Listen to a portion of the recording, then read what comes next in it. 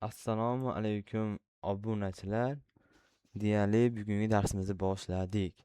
Bugungi darsimiz nima? Bugun nimani o'tamiz? Bugun men nimani o'rganaman? O'sha birinchi darsimizni jo'natib qo'yganman. Ikkinchi darsimiz, ikkinchi darsi xudo xolasa bugun YouTube'ga qo'yaman. Hozirchalik jo'nattiribman MP4ni. Demak, uchinchi darsni boshladik. Mana kanalim obuna bo'lib qolasizlar. Obuna olasizlar. Davay ketdik-a. Hamma tayyor degan umiddaman. Bugun eng qiziqarli joyi, bugun biz sizlar bilan prompt yozamiz. Prompt. Chunki tayyor emas. Okay? Davay ChatGPTga kiramiz. Okay. Kirib oldik-a. O'sha internet yaxshi, yes. Garvard. Biz birinchi bo'lib speaking o'tamiz, xudo xolasa. Speakingdan qarab turinglar. Bugun nima yozaman speaking promptga? Qaranglar. Kecha prep degan metod o'tganmiz. Tushuntirganman. Davay qaranglar. Bugun prompt qaranglar. Ya'ni qaranglar.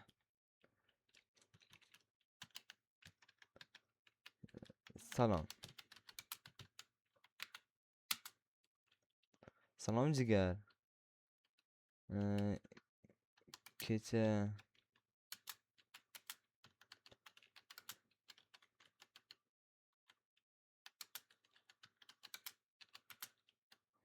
yozyapmiz ham.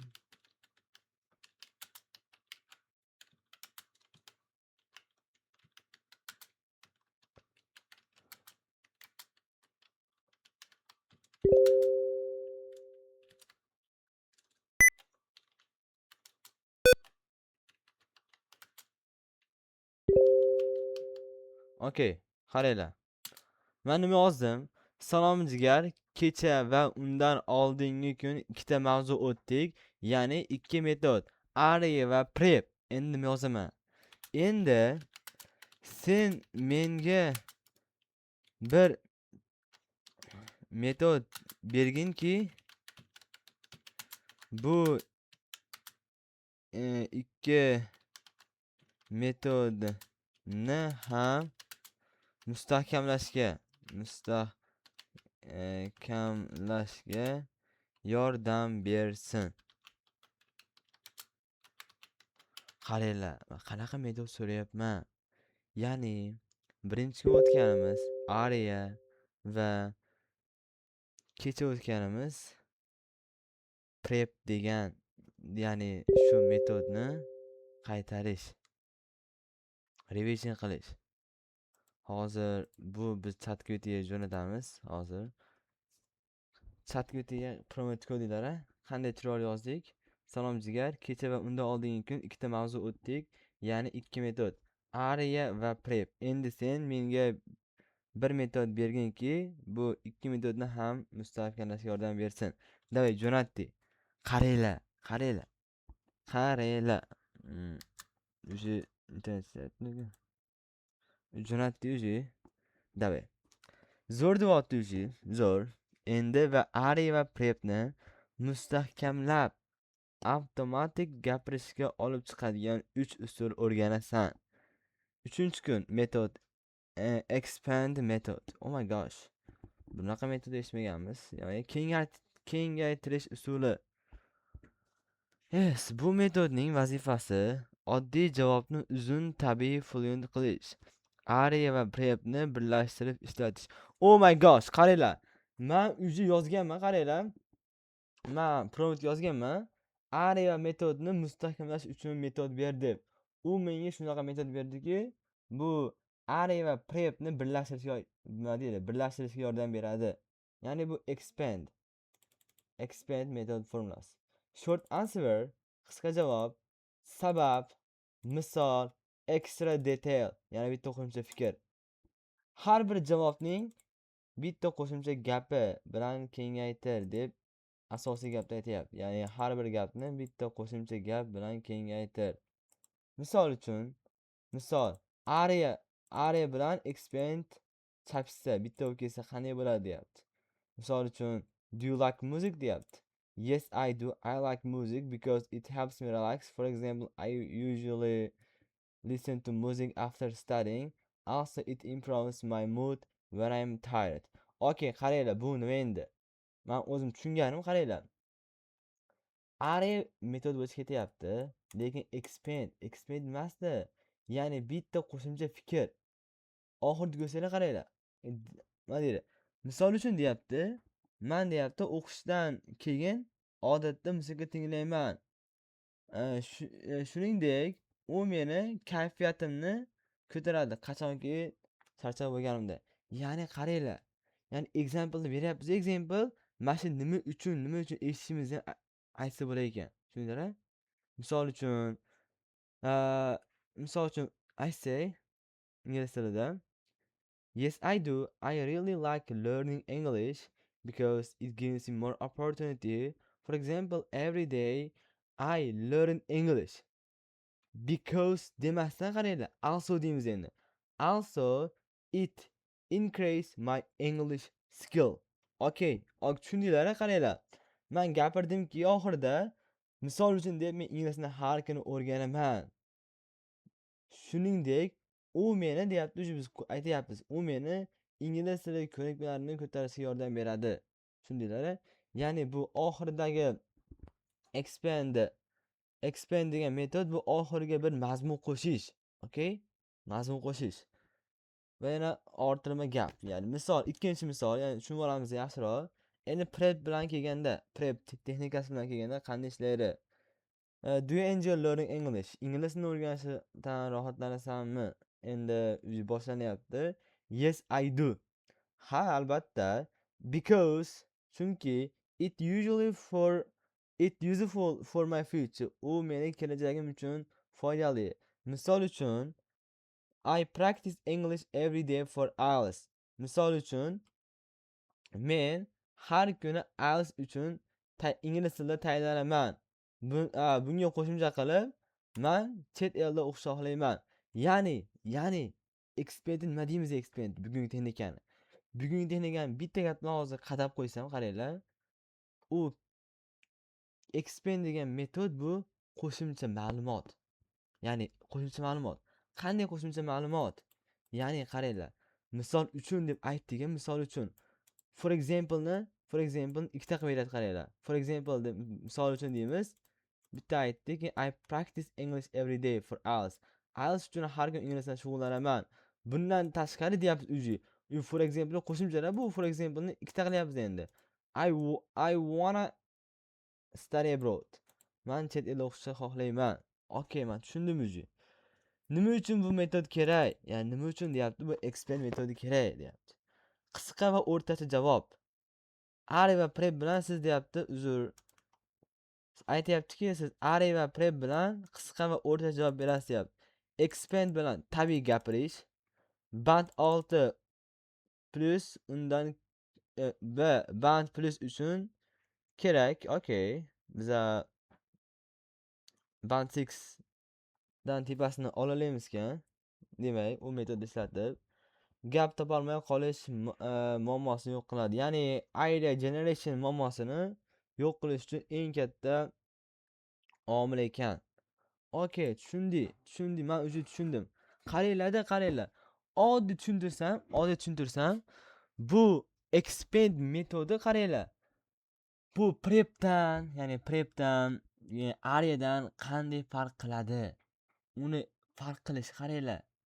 Eng qiziqarli tomoni shundaki, bu gapirishda areada biz 3 ta gap aytamiz. Keyin prepda 4 ta gap aytamiz. Lekin gapimiz nimagadir mazmunsiz chiqadi, mazmunsiz desanglar. Lekin bandni tushiradi, band qo'yish sistemasi. Lekin bu expand yangi chiqqan metod bilan, bugun o'rgangan metodimiz bilan shu area bilan prepni biz improve qilamiz. Okay? Improve qilamiz. Ya'ni biz unga qo'shimcha gap qo'shamiz, shunga ulangan. Ya'ni tushundinglar degan umiddaman. Ya'ni for example deb turib, oxirida qo'shatdim u narsani. For example deb turib, misol uchun deb turib, misol uchun deganda bitta misol aytasiz-ku ikkalasida ham. Lekin Bu metod bilan biz bitta misol emas, ya'ni ko'plab misollar ayta olamiz. Okay, tushundinglar? Endi qaranglar. Agar tushunmagan bo'lsanglar, men unga savolim bor. Jigar expand, ya'ni expand metodini, ya'ni area va prep metodidan qanday farqi bor? Ya'ni qanday farqi bor so'raymiz. Qani chatga o'tingizni qanday tushuntirib beringlar. Evet, tushundik, yubordik. Zo'r savol. Endi sen haqiqiy tushunishga kelyapsan. Malades. Area, prep va expand orasidagi farqni juda sodda qilib tushuntiraman. Area metod deyapti. Ya'ni birinchi kun o'rgangan metodimiz bu nima? Eng oddiy gapirish usuli. Answer, reason, example. Maqsad gapirishni boshlash, qo'rqmaslik, basic javob berish, natija qisqa, o'rtacha javob. Ikkinchi o'rgangan metodimiz bu, ya'ni prep metodi. Kengaytirilgan nuqtai nazar, sabab, misol va shaxsiy ma'lumot. Maqsad javobni uzun qilish, tabiiy gapirish, o'rtacha yaxshi javob.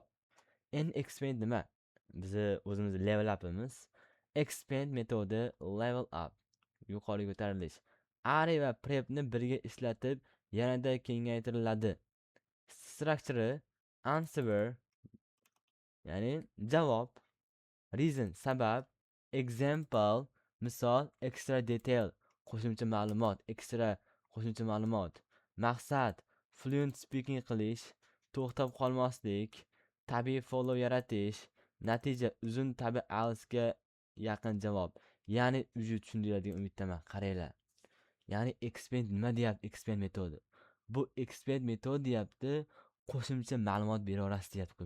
Ya'ni qo'shimcha ma'lumot degani, ya'ni bizda in addition, moreover, yana furthermore, shu qo'shimchalarni ishlatib biz ko'proq va fluent speaking qila olishimiz mumkin ekan. Ya'ni bu expand metodi uchun bu furthermore, in addition, moreover degan birikmalar juda ham muhim ekan. Eng muhim farqi qaranglar. Area 3 ta gap, ya'ni area uchun 3 ta gap kerak ekan. Faqat 3 ta gap gapirish kerak ekan. Prep uchun qaranglar. 4 ta gap kengaytirish uchun. Lekin qarang, expand uchun 4 ta va 5 tadan ko'p gapirsa ham bo'ladi. Ya'ni bu qo'shimcha ma'lumotlar qo'shishgan dami. Ya'ni misol, bir savol bilan farqini ko'r. Array metodi shunday ekan. Qarang, bitta savol bilan farqini ko'rsak, array metodi shu. Yes, I do. I like music. Bitta gap uji. Because it helps me relax. For example, I listen after studying. Oh my gosh, juda basic. O'ta basic. Birinchi o'rgangan metodimiz. Keyingisi prep. Yes, I do. I like music because it helps me relax. For example, I listen after studying. I usually listen in the evening. Sal mukammalashtirilgani, chunki bu yerda shaxsiy ma'lumot qo'yilyapti. Ya'ni qachon qilishi. Okay, explain nima? Yes, I do. I like music because it helps me relax after studying. Misol uchun, for example, I listen to music in the evening. It also improves my mood when I'm tired, especially after school. Ya'ni bu ma'lumot deyapti. Explain metod bu ma'lumot deyapti. Ya'ni aytyaptiki deyapti. For example qaranglar-da. Men deyapti, musiqa tinglashni yoqtiraman kechasi. U meni kayfiyatimni yaxshilaydi. Ya'ni bu o'sha expand shu. Qachonki men charchaganimda, ayniqsa maktabdan keyin, ya'ni qo'shimcha ma'lumot qo'shib yuboramizkan. Bu insonni speakingni bomba qiladigan metod. Ya'ni area bu start, prep bu build, qurish, fluent speaking, expand bu fluent speaking, gapirish, to'xtamasdan gaplashish, thinking problem fix metodini o'rgataman. Ya'ni biz buni gapirganimizdan keyin Xudo xohlasa keyingi mavzuyimiz thinking problem fix.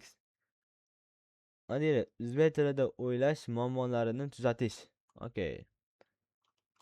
Okay, biz endi savollarga qaytdik. Shularga biz addushi javob beramiz. Addushi. Ya'ni birinchi bo'lib nimani aytamiz? Answer. Okay, mana shu metod scrollaylik 1 minut. Shu metodni Ctrl C qo'yamiz va yozamiz. Davay. Hamma tayyor. O'zimiz savollar prosta kuchaytiramiz, okay? Birinchi savol. Nima? Do you like your hometown? O'zingizni hometowningizni yoqtirasizmi? Ya'ni birinchi nima deymiz? Short answer beramiz. Yes, I do. I really like my hometown. Ha, albatta, mening hometownimni juda ham yaxshi ko'raman. Short answer ketdi. Endi sababi, men nima uchun o'zimni hometownimni yaxshi ko'raman? Nima uchun uni sevamanmi? Uni sababi mening hometownimim, ya'ni hometown ko'p yaxshi insonlarga va do'stona insonlarga to'la. Okay? For example demimizda biz endi because deymiz. Chunki biz boshida aytdik, direct answer berdik. Yes, I do. I really like my hometown. Har rostdan ham men hometownimni yaxshi ko'raman. Endi nimaga yaxshi ko'rishimizni biz isbot qilamiz shu reason bilan. Endi aytishimiz mumkin. Because my hometown is full of kindest person and also welcoming people. Okay? Ya'ni biz aytdik. Ya'ni reasonni aytdik. Mani hometown'im yaxshi insonlar bilan va mehmondo'st odamlar bilan to'la dedik. Shuning uchun biz ham ulashganmiz. Misol uchun, for example qanday beramiz? Example ko'proq reasonga ulab beramiz. Endi example deb aytishimiz mumkin. Example deb bizning qo'shnilarimiz har doim bir-birlariga yordam beradi. Shuni aytamiz. For example, our neighbors always help with each other. Shu example ketdi. Okay. Bizning qo'shnilarimiz har doim bir-birlariga yordam beradi. Endi extra detail qanday bo'ladi? Yana bir qo'shimcha fikr. Qanday bo'ladi bu savol? Qaranglar. Bizda uji gap deyishadi. Extra detail nima deymiz? Qaranglar.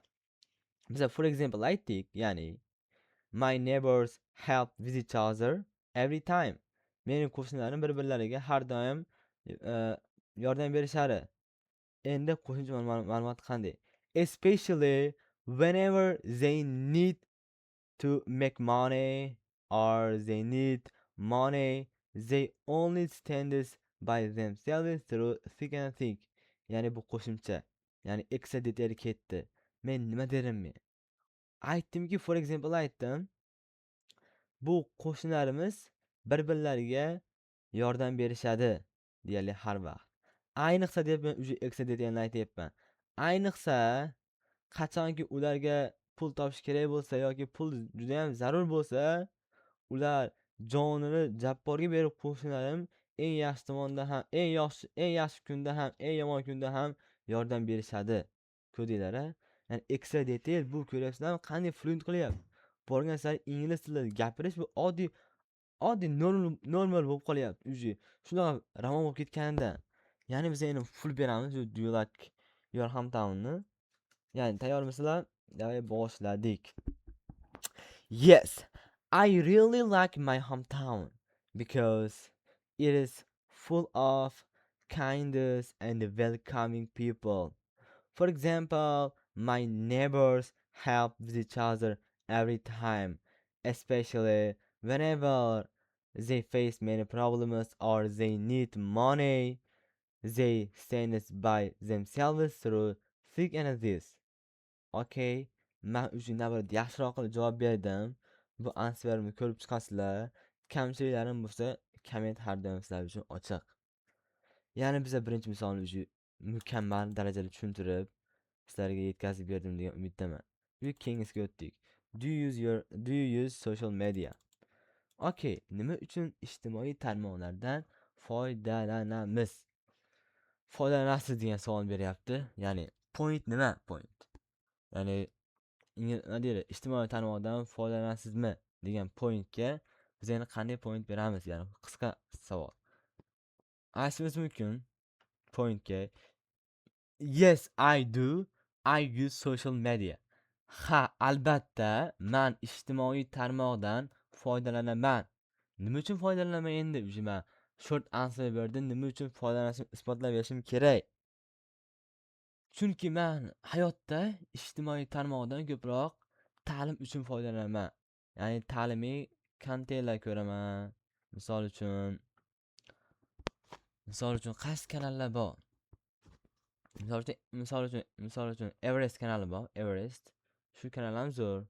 Va keyin Foltinni ko'rishim mumkin. Foltin speaking oshirish uchun. Endi shuni aytaman. Qanday aytaman? Reasonda. Ya'ni aytishim mumkinki men aytishim mumkin. Ya'ni I use yoki I analyze my social media for education. For example, I sometimes watch educational videos like the Everest channel or the Fulton channel. I firmly believe that they help me to improve my English skills. O'zim men bilgan bo'lsanglar, example-ni ham extra detailni ham aytib ketdim. Lekin bu to'g'ridan-to'g'ri kelmashi mumkin. Lekin shuning uchun ham biz buni qisqaroq qilib qo'yamiz. Ya'ni biz reasonga shuna deymiz. I analyze my social media for education.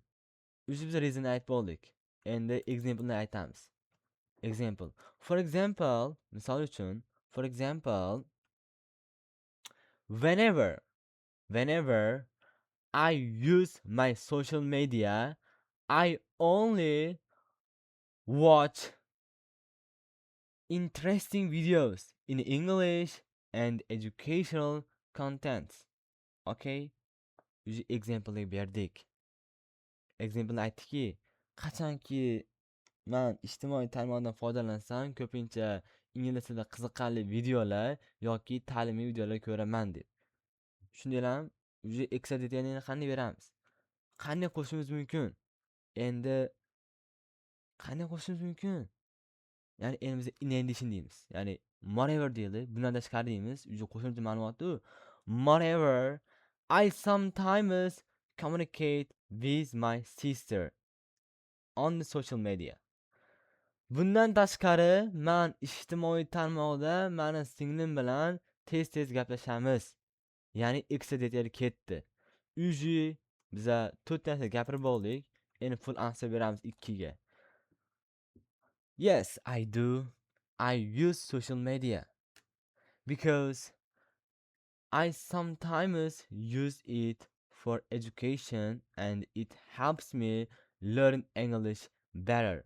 For example, when I analyze social media, I sometimes watch interesting videos and also they are education.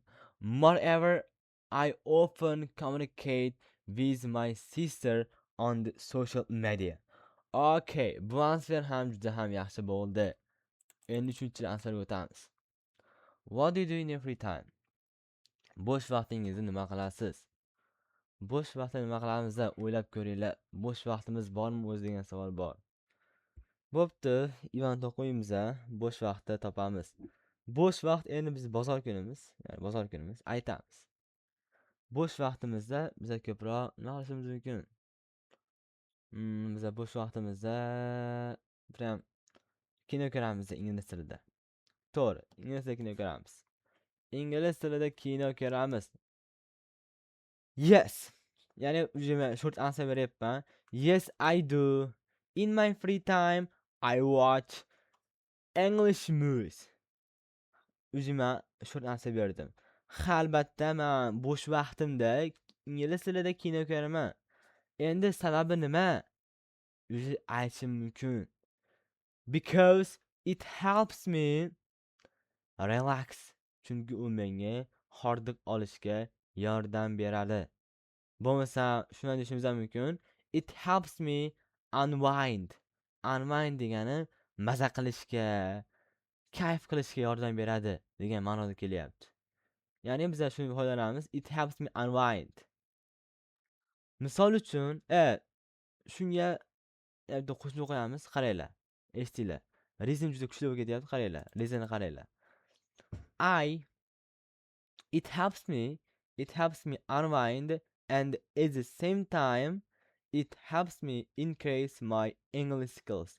Ya'ni aytdimki, birinchidan menga u hordiq olishga yordam beradi va o'sha bir xil vaqtda u meni ingliz tili ko'nikmalarimni ham oshirishga yordam beradi. Shuning men example-ni aytaman. Misol uchun deyishim mumkin.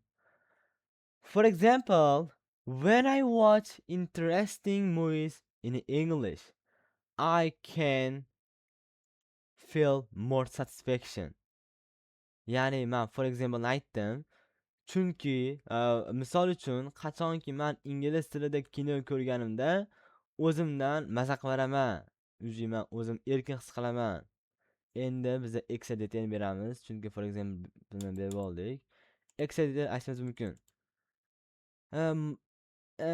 Furthermore, aytishimiz mumkin. Bundan tashqari, furthermore, I can feel a sense of relaxing. Ya'ni bundan tashqari men deyapti, bu dam olish qobiliyatlarini his qilalayman. Ya'ni dam olish hissini men his qilalayman o'sha paytda. Tushundinglar-a? Uji full answer beramiz, tushunib olasizlar uji. Qaranglar. Yes, I do. I watch movies in English because it helps me unwind, and also at the same time it can increase my speaking skills and also English abilities. For example, when I watch movies in English, I can feel satisfaction. Moreover, I potentially feel a sense of relaxation. Okay, full answer berdik. Endi biza do you like studying o'tamiz. O'xshash ko'ramizmi? O'xshash ko'ramizmi? Aytyapti, inglizni o'xshash ko'rasizmi? Kechagi savol. Biz uni mukammal berishimizga harakat qilamiz. Davay ketdi. Biza answer qanday beramiz? Yes, I do. I really like studying English. Endi sabab nima deymiz? Nima uchun yoqtiramiz? U menga juda ham ko'p imkoniyatlarni nima deydi? Ko'rsatadi. Ya'ni learning English because learning English depicts me more opportunities and prospects. Chunki u menga juda ko'p imkoniyatlarni va yorqin kelajakka yetaklaydigan u ham bir imkoniyatlarni menga yuzaga chiqaradi. Ya'ni ingliz o'rganish shunday narsalarni yuzaga chiqarar ekan. Okay. Endi misol uchun for example aytamiz. Endi for example reasonga bog'laymiz. Misol uchun agar ALSdan 9 olsam deymiz-ayu, men uji Harvardga ham topshira olmayman deymiz. Okay? Shuna gapiramiz example-ga. For example, if I get a higher score in the IELTS exam, especially band 9, this time I can apply for every university, such as Harvard. Usually biza gapirdik-a. Example, extra o'tamiz. Extra detail aytishimiz mumkin. In addition, I can work at traditional company. Bundan tashqari men an'anaviy do'konlarda ham ishlay olaman. Tushundinglar-a? Ya'ni ko'ryapsizlar, ingliz tilini o'rganish bizga qanday yordam berishini. Endi biz full answer beramiz. Full answer. Ya'ni yes I do. I really like studying English because it depicts more opportunity and prospects. For example, if I get a higher score in the IELTS exam, especially band 9, I can apply for every university, such as Harvard. In addition, I can work at a higher traditional company. Mana shu full answer berdim. Уже biz keyingi savolga o'tamiz. Keyingi savol nima haqida ekan? Do you prefer tea or coffee? Choyni yoki kofeni afzal ko'rasizmi? Men endi kofeni afzal ko'ramiz, chunki kecha choyni afzal ko'rganmiz. Endi aytishimiz mumkin. Ya'ni short answer beramiz. Birinchi, yes, I do deymiz. Yes, I prefer coffee to tea. Ya'ni men choydan ko'ra kofeni afzal ko'raman. Nima uchun? Nima uchun? Because it helps me study more. U menga ko'p vazifa qilishimga yordam beradi. Endi biza yana kirgizamiz qo'shimcha. And also it prevents me to sleep. Va bundan ya'ni va deyapti. U menga uxlashimga to'sqinlik qiladi. Ya'ni men aytdim, reasonni aytdim, reasonda u menga dedim, u menga ko'proq vazifa qilishimga yordam beradi va uxlashda oldini oladi. Tushundinglar? Ya'ni kofe ichib birdaniga uxlamaymiz-ku. Shuning uchun men aytyapmanki, ko'p vazifa qilishga yordam beradi deb. Bundan tashqari men uxlamayman deb. Okay? Bu juda ham katta foydali tomoni kofeni. Endi misol uchun deymiz. Misol uchun deymiz. For example, when I drink coffee before bed, I sometimes don't sleep. Aytdik, misol uchun, men yotoqdan oldin kofe ichsam, o'sha kunlari men uxlolmayman. Endi biza example'ni cho'tki berdik menimcha, endi biza extra detailga o'tamiz. Aytishimiz mumkin, misol uchun, uje keldiga extra detailga uzr. Ya'ni aytishimiz mumkin. Moreover, bundan tashqari, moreover, I can finish my all homework at night. Bundan tashqari men kofe ichgan kunlarim kechalari hamma vazifamni qilib olaman. Tushundinglar-a? Men fransuz beraman, lol qolasizlar. Davay. I prefer coffee to tea because it helps me study more and in an effective way. Moreover, I can say that it helps me to prevent sleep. For example, if I drink coffee after sleeping or before sleeping, I sometimes don't want to sleep.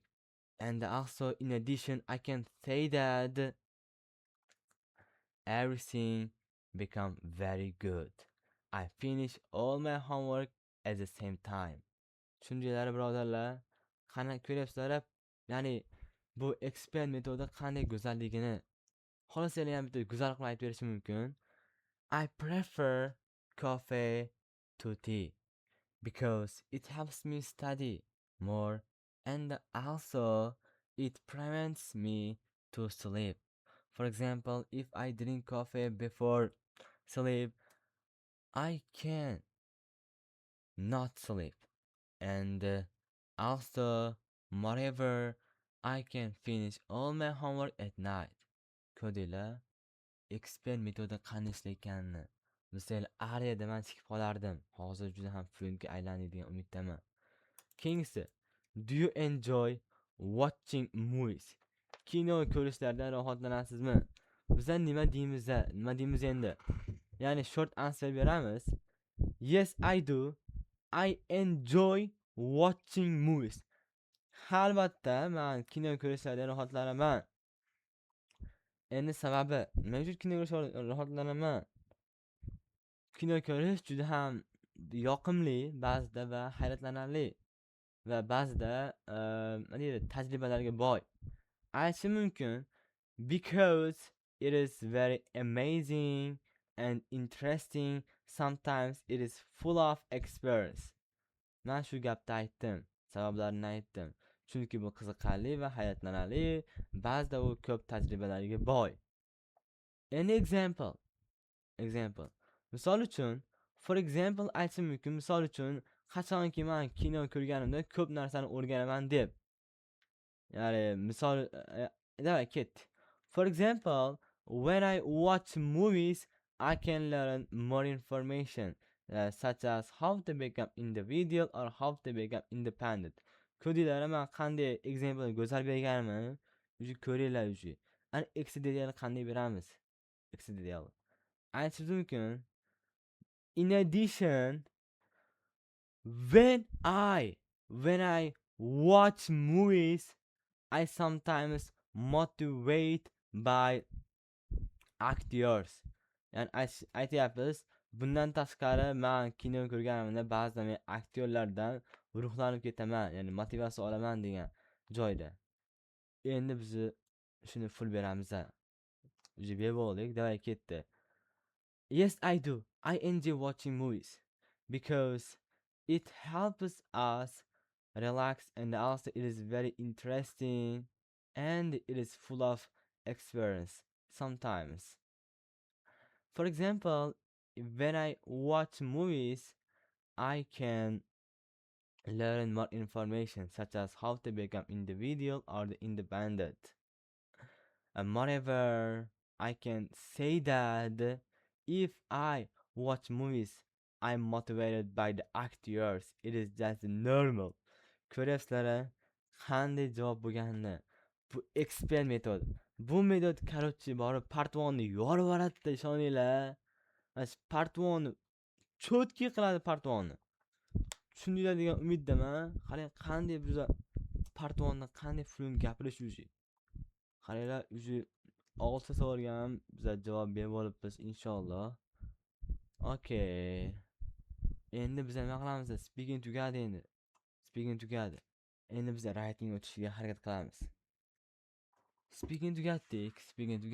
Xudo xolasa shu xatolarni talay qilib, ertaga shu mavzuni o'tamiz. Qaranglar. O'ylash muammolarini bartaraf etish degan mavzu. Okay, tushundinglar-a? Degan biz writing mavzusiga ham keldik. Jigarlar, biz kecha nima qilganmiz? Kecha writingda 8,5 yozib qo'yganmiz. Introduction tushunmasizlarmi? 8,5 mana isboti ham bor. Ko'rsataman. Isboti. 1 minut. Isboti mana-da, birodarlar. 8,5 turibdi, birodar. 8,5 turibdi, birodar. 8,5 turibdi. 8 ga nima deysizlar 8 ga? 7,5chi. Yangi rezultatlar u. Ko'ryapsizlarmi? Уже biz birinchi kunda biz introduction yozish boshlaganmiz. O'sha kunni o'zida 7+ yozganman, 7+. Inshaalloh sizlar sababli o'rganib, motivatsiya olib sizlardan men shuncha yozganman. Va kelasi kuni xatolarni tahlil qilib inshaalloh 8 ga chiqdik. Ko'rasizlar, hammasizlar tufayli bo'lyapti. Hammanglarga rahmat. Endi bugun nima qilamiz? Bugungi mavzuyimiz qaranglar. Menga va'da bergan, agar 7 yozsang, senga konkretna garantiya beraman, overview o'rgataman deb. Ya'ni ertaga esa overview task 1 ning yuragini boshlaymiz. Davay bugun boshlaymiz ekan, davay. Overview task 1 ning yuragi. Sen qilamiz. Overview task 1 yuragini menga o'rgat. Men yaxshilab o'rganay. Davay, ketdik. Davay. Ya'ni boshladik. Zo'rjigar, endi eng muhim bosqichga keldik. Task 1 overview yuragi. Ya'ni aytish bo'yicha bu task 1 bu overview yuragi ekan. Agar introduction kirish bo'lsa, overview 40% bal beradigan eng muhim qismi. Ya'ni bu introduction kirish qismi bo'lsa deyapti, bu overview deyapti, 40% balni ko'proq beradi, ya'ni 40% eng muhim qismi degan ma'noda. Tushunyapsizlar? O'zi aytayapti, overview nima? Overview umumiy xulosa.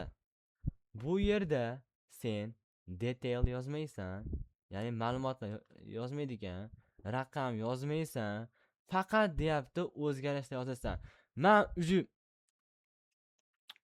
men eshitinglar, shu yerda o'zim tushundim nimaligini. Ya'ni ma'lumotlar yozib bo'lmaydi ekan, raqam yozib bo'lmaydi ekan, faqat biz o'zgarishlarni yozamiz ekan.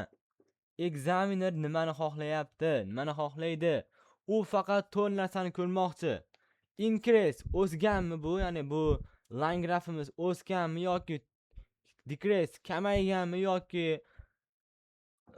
o'zgarib turishi, fluctuation bo'lganmi yoki stable o'zgarmasdan qolganmi?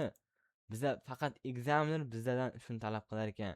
Biza ma'lumotlar yozmaymiz-da, raqam yozmaymiz-da, faqat biza o'zgarishlarni yozamiz. Nima dedinglar? Oson, overview oson ekan.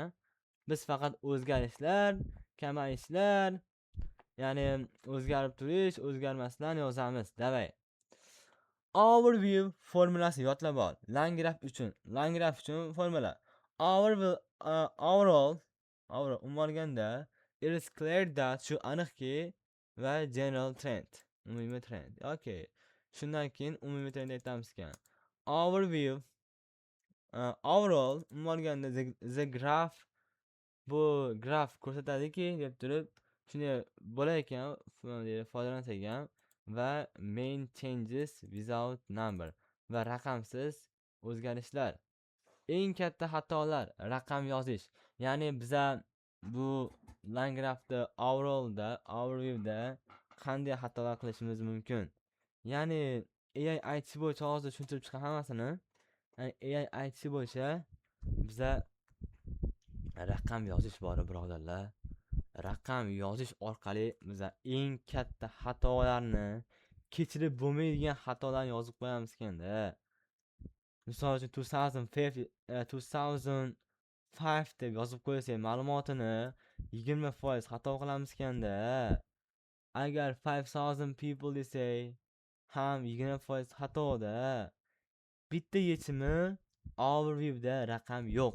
Raqam ko'rdingmi o'chirib yubor degan maqsadda. Keyingisi detail yozish, ma'lumotlar yozish. Misol uchun aytayaptiki, Japan had 3000 students in 2010.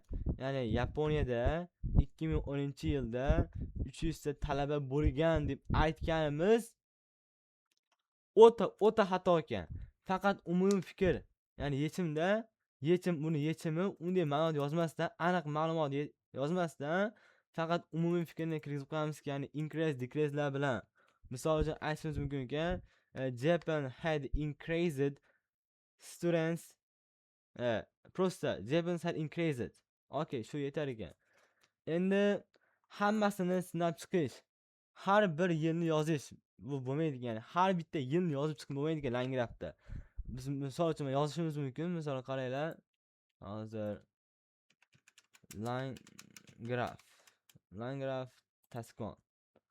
Ya'ni ko'ryapsizlar, shuncha yillar bor. Hammasini yozib chiqish xato deyapti. Misol uchun hammasini yozib chiqish bu shuncha ma'lumotlarni yillarni yozib chiqish bu xato deyapti AI.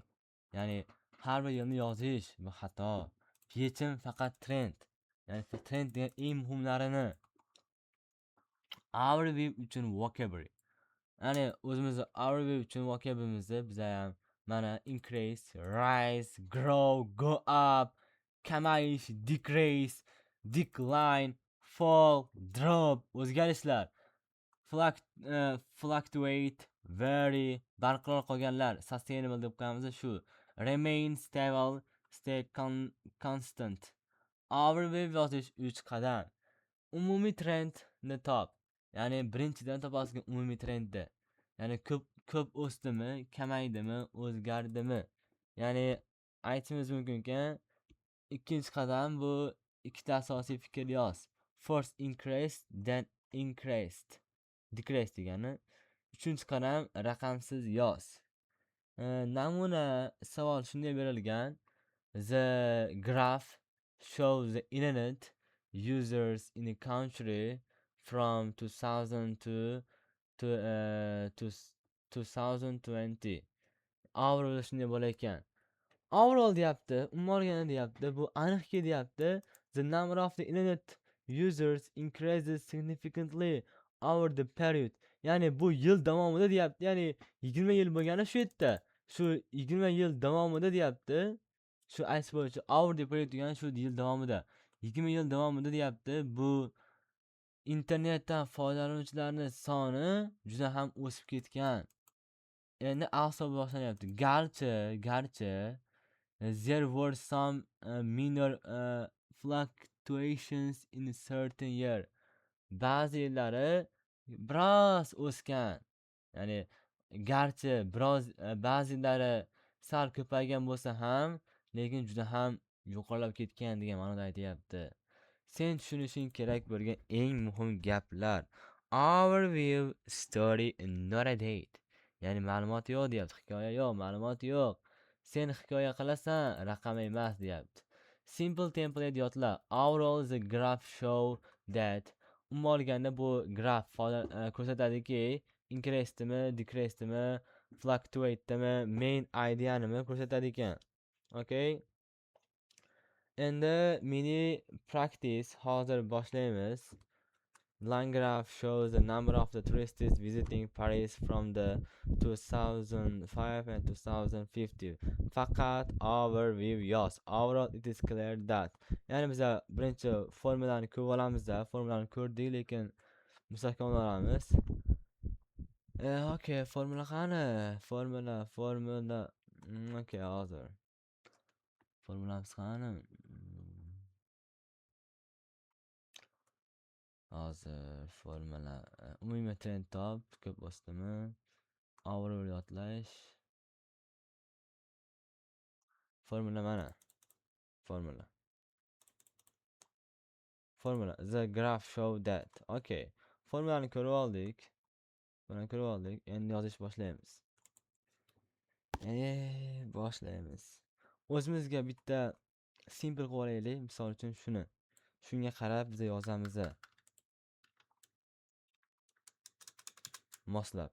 Okay, qaranglar. Ya'ni birinchi urinishni necha yozamiz? Bugun xudo xolasa 3 ta overall yozamiz deb niyat qilganman. 3 ta overallni yozamiz. Davay yozamiz. Mini practice berilgan o'zimizga. Boshladik. Overall,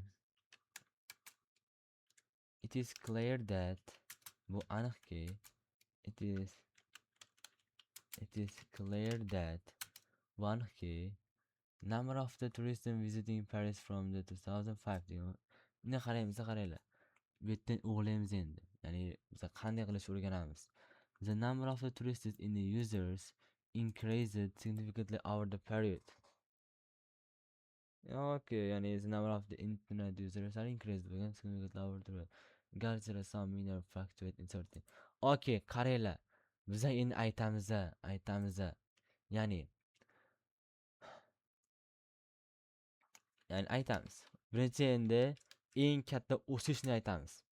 Eng katta aytgan o'zimiz aytamiz, uni bizga aniq vaqt bermagan, lekin o'zimiz to'qib yozamiz.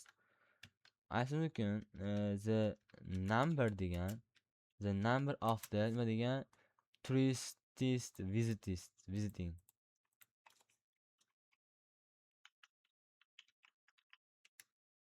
Tourists visiting Paris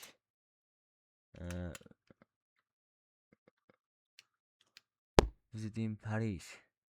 Okay. Visiting Paris. Endi tepaga qaraymiz. Biz shuni yozamiz. Okay, biz increase ishlatmaymiz. Boshqa so'z ishlatamiz o'rniga. Sinonim. Sinonim qaysida bor? Ya'ni o'sish.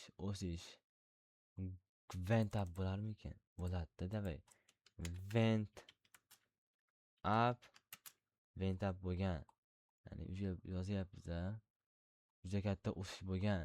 Went up. Qanday o'sib bo'lgan? Significantly.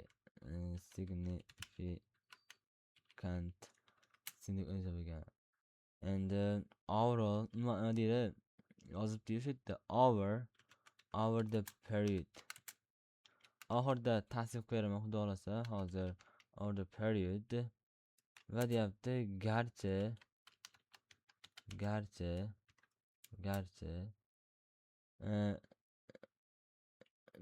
aytishimiz mumkinki tourists visiting Paris went up significantly over the period.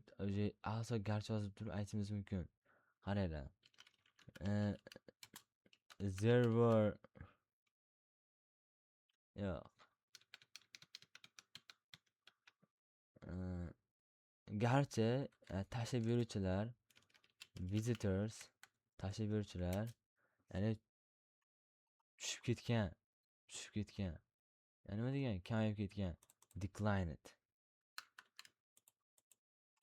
Ya'ni declined dramatik darajada bo'lib ketgan. Dramatik degani juda ham kamayib ketgan. Dramatic dramatically.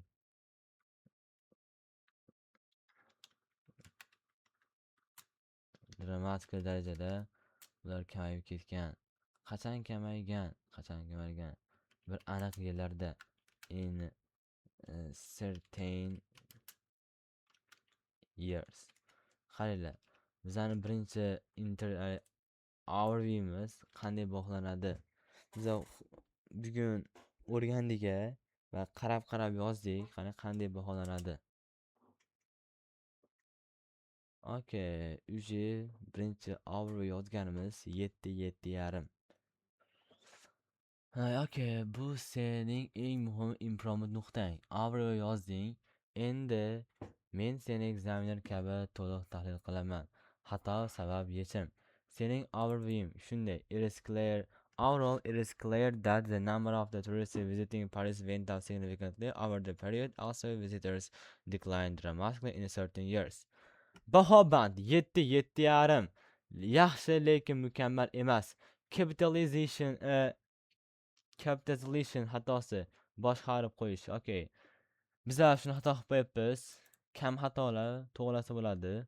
Proper noun, shahar nomi har doim katta harf. Misol uchun shu city, country, mountains. Overview structure juda uzun. Uzun bo'lib ketibdi. Went up significantly, garchi decline'lar qo'shdik, dramatically qo'shdik. Uzun bo'lib ketibdi. Muammo overviewda juda ko'p detail. Qarama-qarshi explanation ko'p. Examiner nimani xohlaydi? Bitta, ikkita umumiy trend xolos. Ko'p narsa kerak emas deyapti shu yerda. Garchi ishlatish overall detail qo'shimcha ma'lumot. Garchi tashrif buyuruvchilar aniq yillarda kamayib ketgan bo'lsa-da, body paragraf yaqin detail beradi. Ya'ni bodyga yaqin bo'lib qolyapti ekan. Overviewda kerak emas. Qo'shimcha ma'lumot berib qo'ydik, shu kerak emas ekan. In certain years juda noaniq, unnecessary detail. Bu keraksiz qo'shimcha. Overviewda kichik ma'lumotlar kerak emas. To'g'ri overview band 8 model. Qanday yozish kerak? Overall, it is clear that the number of the tourists visiting Paris increased significantly over the period despite some fluctuations. Okay. Tushundinglar-a? Qancha qisqa bo'lsa, band ko'tarilishi shuncha yaxshi bo'ladi. Qaranglar. Juda qisqa-da. Juda qisqaligi uchun. Keyingisini qaranglar. Overall, the graph shows the tourists, the number of the Paris rose considerably over the period. Also, there were some minor uh, fluctuations. Okay. Okay, tushundik. Tushunmayapmiz xatoyimizni. Okay. Yozib muhim so'zlarni shu yerga bizga 8 olishimizga yordam beradi. Overview big pictures only. Decrease, fluctuate, remain stable. Okay. Years, number, detail, explanation. Sening xatolaring sababi introduction body'ni aralashtiryapsan. Overview body emas. Juda smart English qilishga urinyapsan. Natija unnecessary complexly. Okay, tushundim. Yechim, sen uchun strategiya, step yoz, bitta trend yoz, ikkinchi trend yozma, faqat agar juda kerak bo'lsa yoz. Raqam yo'q. Sening progressing, introductioning 7.5, overviewing bu 7.5. Okay. keyingi levelga olib chiqish rejasi. Agar xohlasang, men senga 3 kunlik plan beraman. Overview shuni qilamiz, xudo xolasa, shuni yozib olaylik. Okay. Manga yana bitta so'raymiz. Manga bilan sanqib bitta so'raymiz. Manga yana bitta overview mavzu ber. Yana bitta mavzu so'rayapmiz o'sha. Zo'rjigar endisi yana overview mashq qilamiz. Bu safar biroz real Alice uslubda. Mavzu the line graph shows the number of the people who use bicycles for commuting in the city from the 2000 to 2020. Faqat overview yozasan. Raqam yozma, detal yozma, faqat umumiy trend. Bitta gapda yetadi. Overall the graph show that. Okay. O'zimizda city so'zamiz bor. Uni qo'yamiz. Endi qaramaymiz, faqat o'zini yozamiz. Davay. Давай. Overall,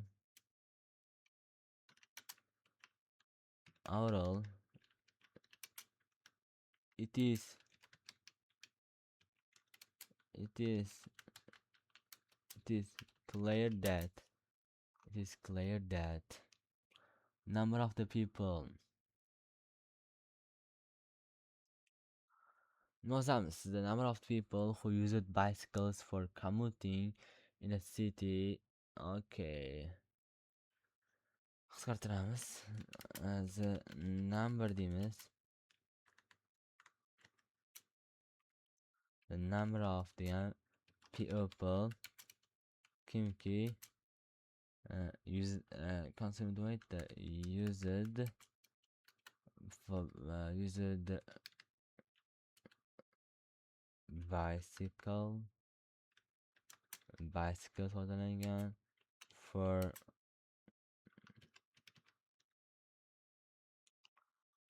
commuting. Shu degan endi shu increase it.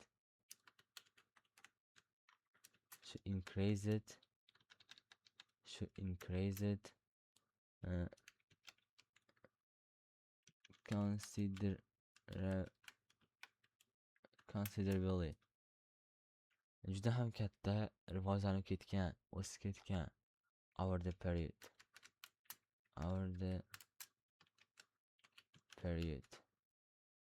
Despite qaramasdan, nimaga qaramasdan o'sib ketgan. Despite of, in spite of qilsa bo'larmikin?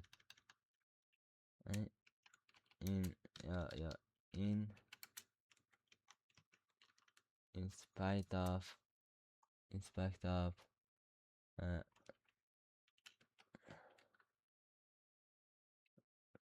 flag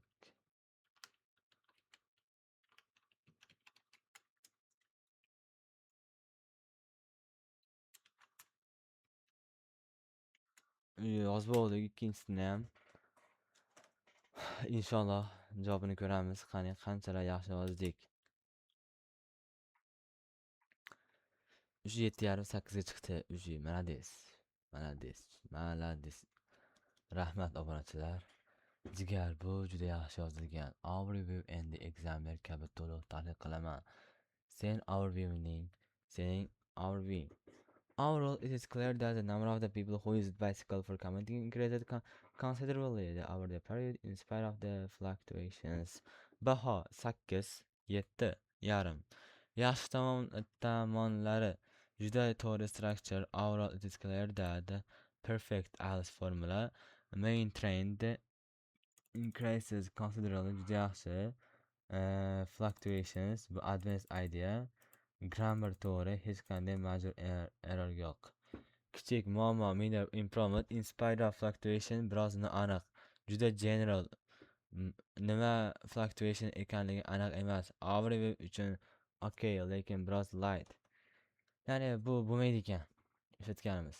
Yaxshi, lekin overview uchun biroz lightly qilar ekan. Light, ya'ni yengilroq. Okay.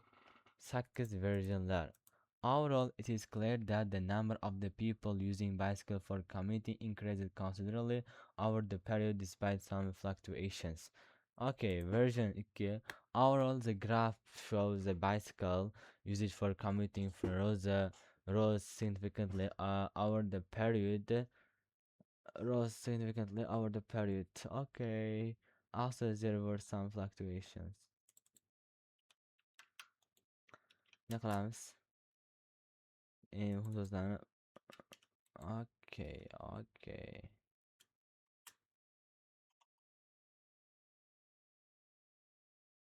Sen endi og'riqni yoza olasan. Trend fluctuation raqamsiz, grammatika noto'g'ri. Молодец. Sening leveling introduction band 7-8. Og'rig'i 7,5-8. Okay, okay, okay. Tushunarli, tushunarli, tushunarli. Bodiga o'tmaymiz. Bitta mavzu so'raymiz, boshqa mavzu yana. Okay, boshqa nima deydi? Overview. Mavzu ber. Man uni 8 ga olib chiqay. Qaranglar, va'da 8 ga bormaguncha uxlamayman bugun. Davay. 8 gacha yozmaguncha uxlamayman. Overviewni. Challenge, disciplined, consistently, one day it comes out. Okay, ishlamay qoldimmi? Ishlar. Zo'r jigar, 8 band overall drill o'tkazamiz. The line graph is the number of students enrolling in university. The three different country, US, Japan, Germany from the okay. Просто okay. Chutki. Qaranglar, biza boshladik.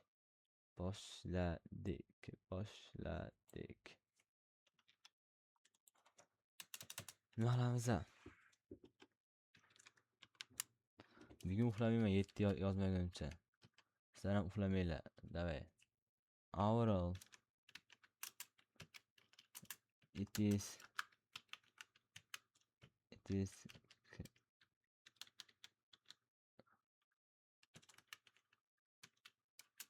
clear that shu aniqki deyapti. Bu deyapti the line graph. The line graph. Yo'q. No. Oh my gosh, eng katta xatoni qilasan hozir. It's got the number of the students talabalarning soni. The number of the students enrolling in university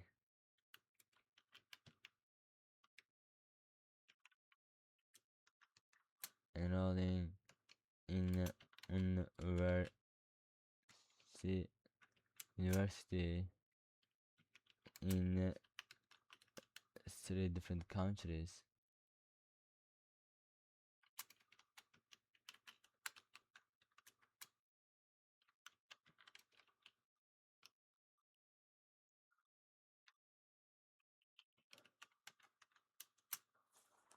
Okay, good times, different countries. Germany, Japan. Okay. Biz uni qanday yozamiz? Country.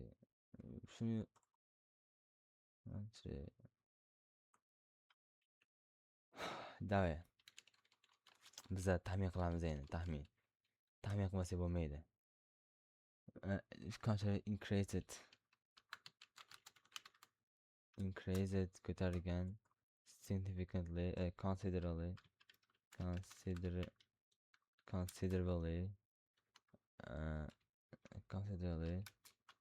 despite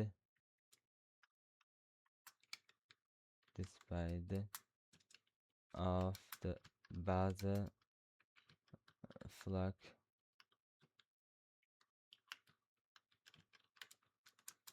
fluctuations. Okay.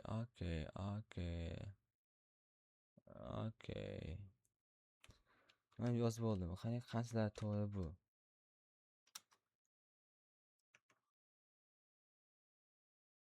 Yana bular 7,5, 7,5, 7,5, 8 chiqaramiz xudo xolasa. Grammar xato. Despite of grammar xato. Despite bo'ladi. Okay. Of qo'shilmaydi. Three different countries our detail muammo overviewda countrylarni urg'u qilish shart emas. Okay. Bu degani kiradi body uchun. Okay. Gap biroz og'ir va uzun. As overview qisqa aniq general bo'lishi kerak. Yaxshiroq versiyada it is clear that the number of the students enrolled in university increased considerably over the period despite some fluctuations. Okay. 8 shunda yozdilar ekan. Keyingisi overall the graph shows that university enrollments rose significantly over the period. Also there were some fluctuations. Bizlar bilan hozir eng muhim so'zlarni okay. Dars yaxshi ketyapti. Aktiv bo'lamiz. Men va'da berdim 8 ga chiqaraman deb. Uxlash yo'q 8 gacha. Davay. Keyingisini olamizmi?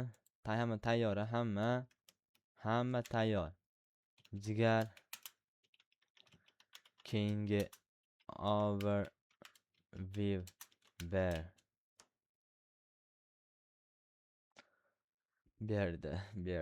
Davay. Boshladik. Yodlaverdim уже. Qaranglar. Overall it is clear that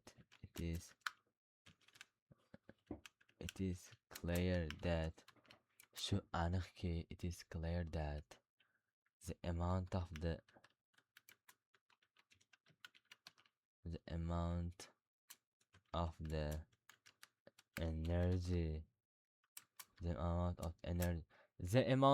energy qaranglar. Produced shu produced degani bu nima deydi? Ishlab chiqarilgan. And the amount of the energy produced ishlab chiqarilgan. Endi shuni yozsak to'g'ri bo'larmikin? From renewable sources. Yo'q, shuni yozamiz. In the country, okay. Biza ko'p yozmaymiz ma'lumot, qaranglar. Nima qilamizda? Rose deymiz. Significantly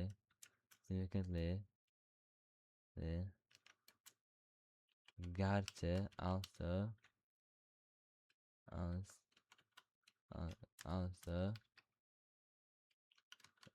there were some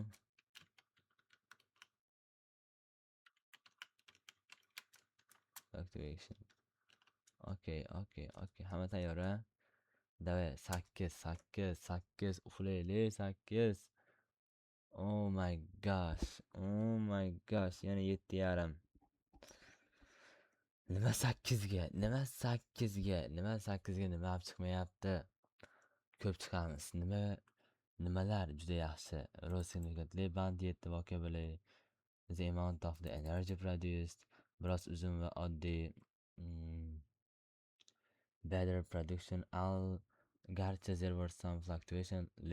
Yaxshi lekin biroz soddaroq. 8 marol. It is clear that energy productions increases significantly over the period.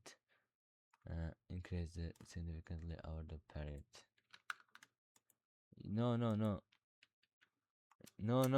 Over the period also there were some fluctuation. Demak, bizlar to'g'ridan-to'g'ri foydalanamiz ekan. Okay, qarab turinglar. Endi 8 ga chiqamiz. O'zim bilib oldim formulani. Overall the graph shows that renewable energy output rose considerably over the period despite some fluctuation. Hamma tayyor. Davay, ketdi. 8 ga chiqamiz endi bugun.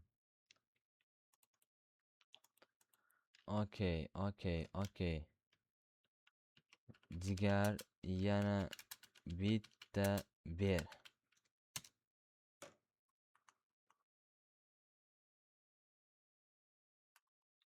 De chiqamiz bugun, davay. Ketdi.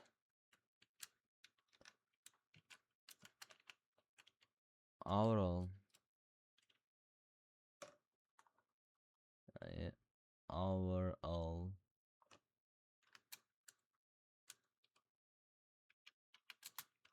It is clear that shu aniqki, it is clear that the number of people who kimki purchased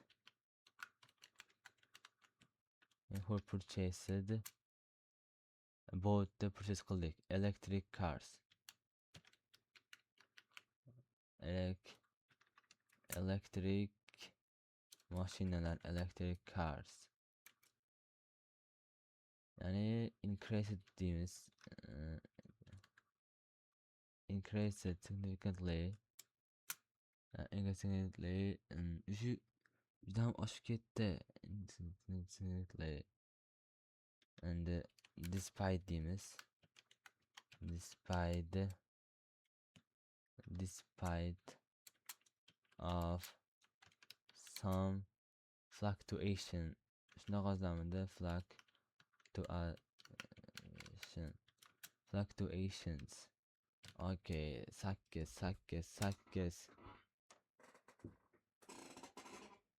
Oh my gosh. 7,5. Despite of grammar xato. Despite. Nima xato? Off yo'q ekan. Off yo'q ekan. Despite noun ing form. Off qo'shilmaydi. Some fluctuation yaxshi, real lekin basis. Minor slight fluctuation. Okay. Xatolarni yozib chiqamiz. Bugun 8 qilamiz, nima bo'lsa ham. 8 qilamiz bugun. Sizlar uchun obunachilar 8 qilamiz bugun. Sentence biroz heavy, qisqa, clean, clear. 8 model. Overall, it is clear that the number of the people purchasing electric cars increased significantly over the period, despite some fluctuations. Kings overall buni yozib qo'yamiz, over the period. Despite purchasing car, purchasing cruiser. And overall, the graph shows that the electric car purchases rose significantly over the period. Also, there were some. Okay. Sening muhim xatoing despite'ga qo'shganing. Okay. Introduction 7,5 turibdi hali ham. Okay. Nima yozamiz yana? Mayli. Sizlar uchun. Jigar, yana bitta ber. Man va'da berganman 8ga olib chiqaman deb. Va'dani ushlab turish yaxshi. Endi 8ga yaqin overview drill bilan yana bir qadam yuqoriga olib chiqamiz. Davay. Просто never give up. Overall,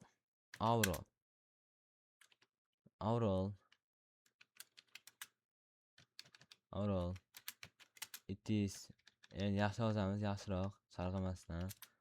It is clear that, shu aniqki, it is clear that the average monthly salary for workers, okay, 1 minute.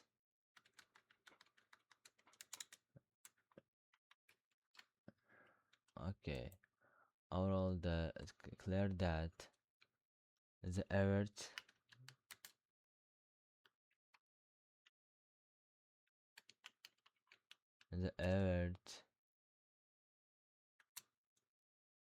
monthly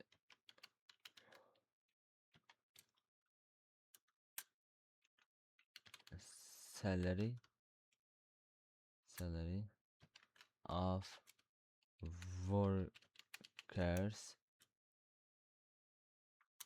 workers. Endi biza qarab turinglar. Increase deymiz. Increased significantly.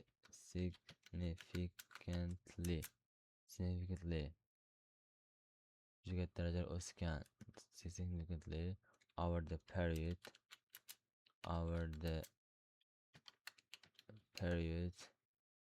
Period. Despite qaramasdan. Despite minor fluctuations. Fluctuations.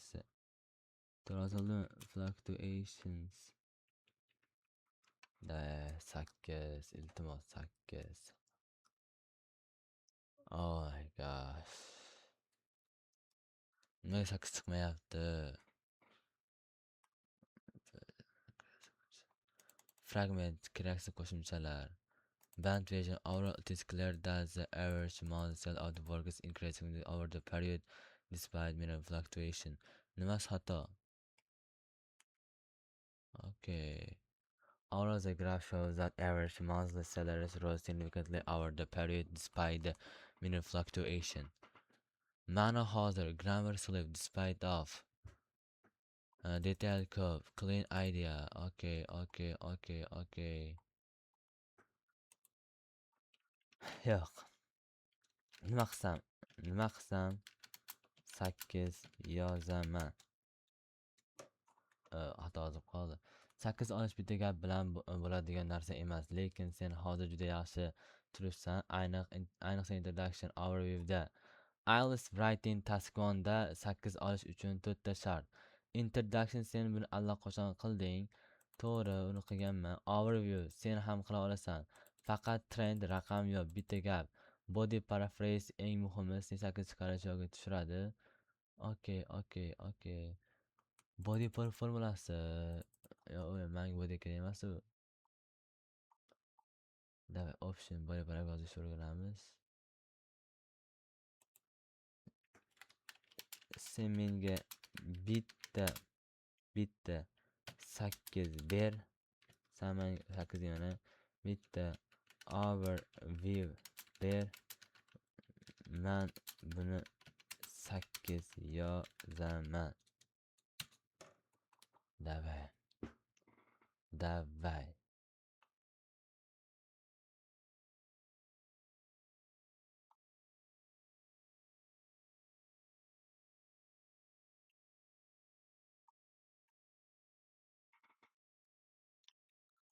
Shu gapimiz o'zimizni. Overall it is clear that the number of the people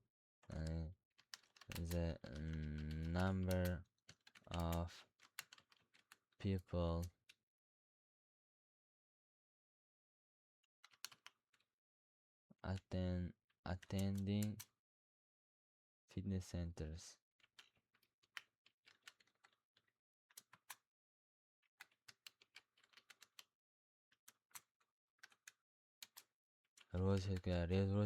ro'za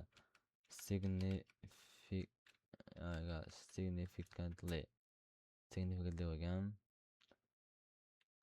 over the period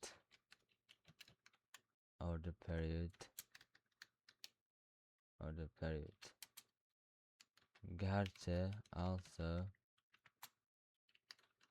there were slight fluctuations fluctuations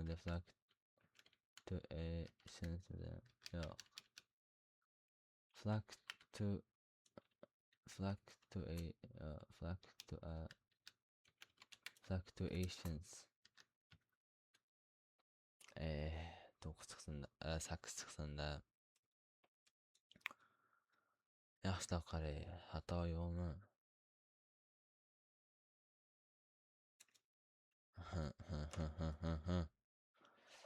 Xudoga shukr. Çok 8.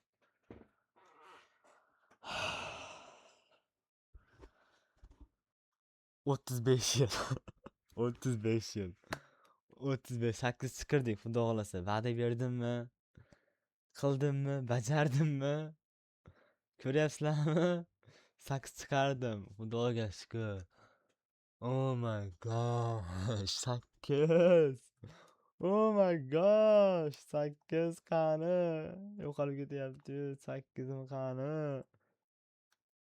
Oh my god. 8. Oh my gosh.